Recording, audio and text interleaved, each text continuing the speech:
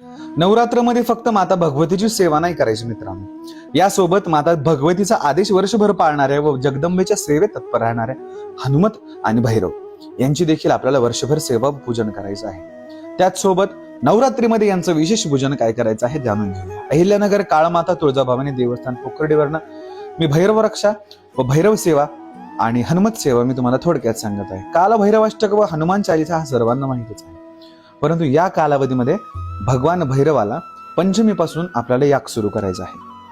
तो हवन जो आहे तो गायीच्या शुद्ध गावरान तुपाने असावा, त्याचसोबत गौऱ्या आणि आहुत्या कसल्या द्यायच्या आहे, आहुत्या दही, भात, लिंबाच्या बिया व त्याचसोबत भीमसेन कापूर आणि सनातन कापूर आणि त्याचसोबत आपल्याला राळे, तीळ, जवस इत्यादी सर्व गोष्टींचं मिश्रण करून काल भैरवाष्टक पठन करून किंवा काल भैरवाय नमः स्वाहा या मंत्राचा जप करून मध्यकालीन वेळेस रात्रीच्या वेळेस भैरव रक्षा प्राप्त करायची असेल तर जास्तीत जास्त आहुत्या देऊन हवन करायचं आहे आणि जाप करायचं।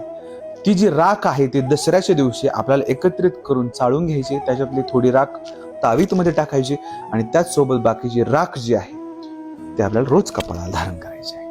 ओम